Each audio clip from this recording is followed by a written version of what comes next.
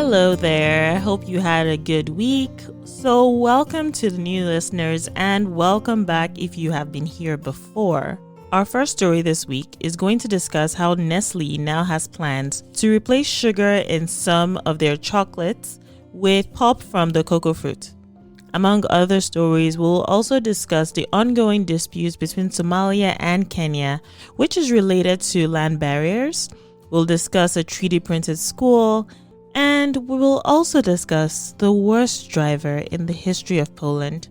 I'm your host, Yemi, and every week I bring you overlooked stories from all around the world.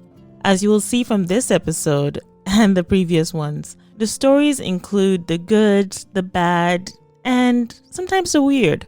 With that said, let's get right into the stories for this week. Nestle is now recycling the cocoa fruit pulp to replace sugar in its chocolate products rather than throwing the pulp away. According to Nestle, the pulp can be used to reduce sugar and cut food waste. It also has the potential to boost the income of cocoa farmers by 20 to 40% if they sell the pulp in addition to the beans. Nestle is launching Incoa, which is a new product with no additional sugar, in supermarkets in France and the Netherlands, with other European markets to follow. Nestle Incoa is going to be a 70% dark chocolate bar that is marketed under the Les Recettes de l'Atelier brand that is made entirely with the cocoa fruit. The company has said that it's going to source the raw material for the cocoa farms in Brazil, but it also is working with partners in West Africa to see if pulp production could work there. Nestle is not the only company moving towards sustainable sweets. Lindt & Sprüngli and Germany's Ritter Sports have also launched limited editions of cocoa fruit chocolate, which sold out pretty quickly. Both companies have said that they plan to launch the products on a much larger scale once there is enough cocoa fruit available. The Upcycled Food Association has said that commercializing cocoa fruit worldwide could actually reduce greenhouse gas emissions by more than 20 million tons every single year. In addition, commodity specialist Ted George has said that extracting additional value from the crop could boost West Africa's cocoa sector because the current incentives were only focused on growing and selling more beans. He also added that while the launch of cocoa fruit could fuel investment and drive change in cocoa producing communities, it did not address fundamental issues like child labor and deforestation, which are problems that have been raised in the sector. There is an ongoing maritime boundary dispute between Kenya and Somalia. The dispute centers on the 100,000 square kilometer maritime boundary that is between the two Horn of Africa neighbors. The disputed region is approximately the size of Iceland. Somalia and Kenya share a land boundary southeast of the Indian Ocean and are both entitled to 200 nautical miles of exclusive economic zone, which extends from their coastline into the sea according to the UN Convention on the Law of the Sea in 1982.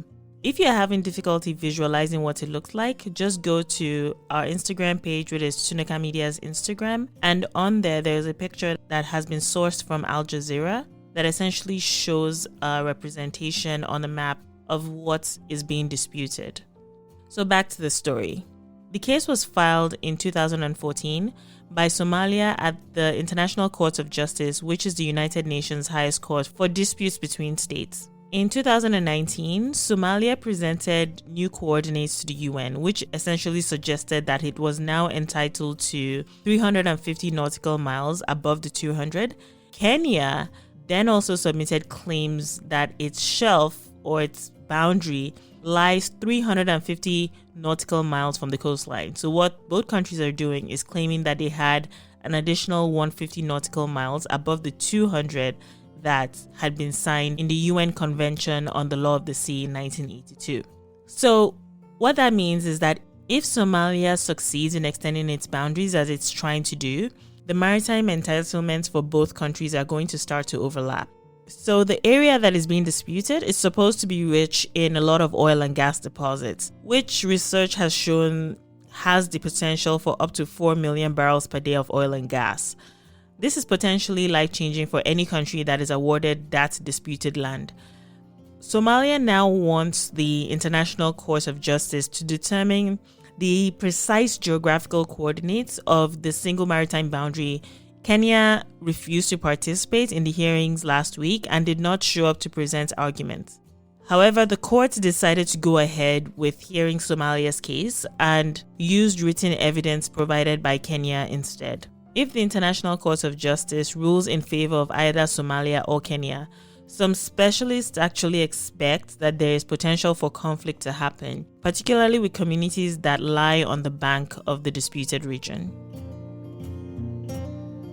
3D printed houses are becoming more and more popular. There have been hive-shaped 3D houses in Italy, floating 3D houses in China, and traditionally designed houses in New York.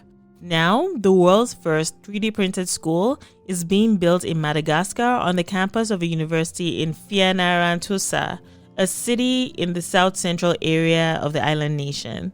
The project is a collaboration between San Francisco-based architecture firm Studio Montazzavi and another organization called Thinking Hots. Thinking Hots is a non-profit organization whose mission is to increase global access to education through 3D printing.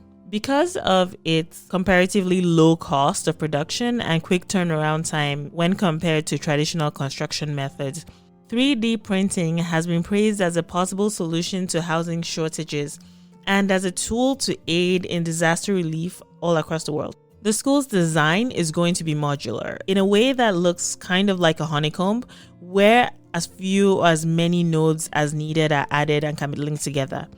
Each node will consist of a room with 2 bathrooms, a closet, and a front and rear entrance. They expect the school to be constructed later in 2021. For the first time in the United Kingdom, Roma is being included in the list of ethnic minorities in the 2021 census. The term Roma is commonly used throughout Europe to describe a variety of historical itinerant communities with distinct languages, cultures, and religions. The UK census itself takes place every 10 years. Marius Daniel Barncaro, who is a tireless campaigner and project advocate for the Roma support group, has now welcomed this new update as an opportunity for the estimated 200,000 strong population. According to Al Jazeera, in the UK and across Europe, the Roma group are among the most marginalized ethnic minority communities. In the UK, policymakers and researchers have typically drawn distinctions between these diverse minority groups using 3 umbrella terms: Gypsy, Roma, and Traveller, or GRT for short.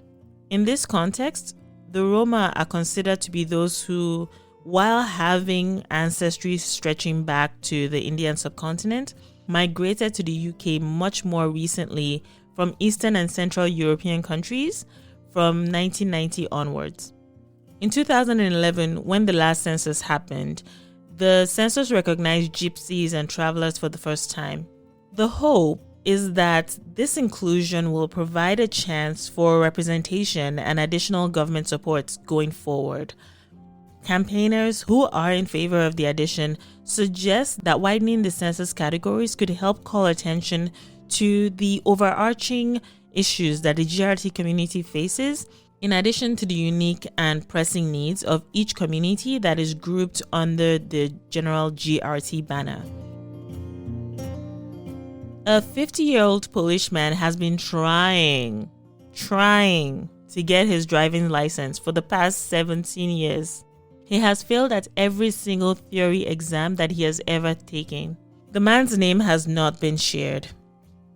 To obtain a driver's license in Poland, candidates must first pass a theory exam before being allowed to take a practical exam, and this is very similar to how it happens even here in Canada. There is no limit on the number of times someone is able to take this exam.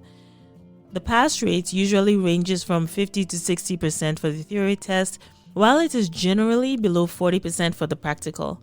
Up until this date, the man has attempted to pass the test 192 times, the highest number of repetitions ever recorded in the country. This means that he has spent more than 6,000 zloty or $1,550 on exam fees. I feel so bad for him though. Believe it or not, he is not the worst student driver recorded in the world. The worst recorded is a driver from South Korea, a woman who managed to fail, get this, 950 times. News of his case across Poland has raised concerns and discussions around putting a cap on the number of times a person should be allowed to take a driving test. Anyway, what do you think? Do you feel bad for him? I feel bad for him. 17 years is a long time. Essentially, the person that was born when he first started taking the test would be eligible for a learner's permit now. Man, that's hard. That's pretty hard. All right, up to the next story. To wrap up this episode, I will just say this. Do not disregard yard sales. It may be your route to riches. The Sotheby's auction house in New York has said that a 15th century Chinese bowl that was bought for, guess what, $35 at a yard sale was auctioned off for $721,800. Yep, you heard that right. $721,800. It was bought for $35. The bowl was sold as part of the auction house's Asia Week. The exceptionally rare porcelain bowl was identified as a lotus bowl from the court of the Yongle Emperor, who ruled from the year 1403 until 1424. Sotheby's said that only 6 other lotus bowls from the same period are still known to exist. So yeah, treasures in all sorts of places. Anyway, that was awesome, and I can't lie, I'm definitely a little envious. Spring has sprung over here, so do not forget to step out and go into the sunshine. With that, have yourself a good week.